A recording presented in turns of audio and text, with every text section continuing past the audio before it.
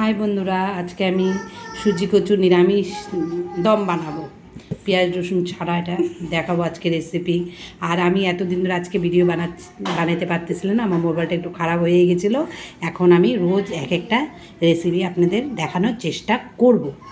এই যে কচুটা আমি ধুয়ে নিয়েছি, এখন এটা একটু হালকা গরম জলে ভাপাই নেব। এটাকে 10 মিনিট ভাপাবো। এই যে আমার এখন এটা 10 মিনিট হয়ে গেল, এটাকে এখন আমি বের করে নেব। এই যে কড়াইটা বসিয়ে দিলাম, এখন কড়াইটা গরম হবে হয়ে গেছে।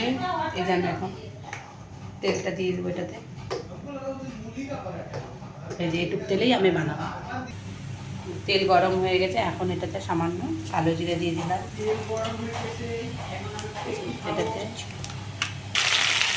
এই যে আমি দিয়ে দিলাম। এখন ভাজা ভাজা করবো এটাকে। আমি এটাতে একটু হলুদ দিয়ে দিলাম, স্বাদ অনুসারে লবণ দিয়ে দিলাম। এটা একটু নিরামিষ, এটা কোনো পেঁয়াজ রসুন দিয়ে দিন। হাফ চামচ জিরার গুঁড়া। এখন এটাকে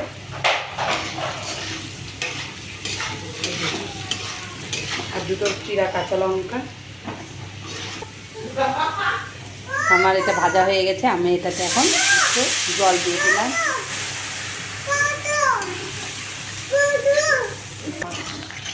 সুজি কচুর দম হয়ে আসছে, আমি এটাতে একটু ধনিয়া পাতা দিব, দিয়ে বন্ধ করে দেব।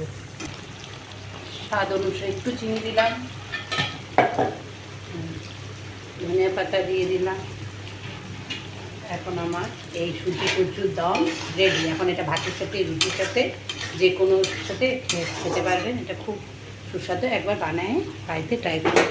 আমার যদি ভিডিওটা ভালো লাগে, পছন্দ হয়, লাইক করবেন, সাবস্ক্রাইব করবেন। Bye bye, good night.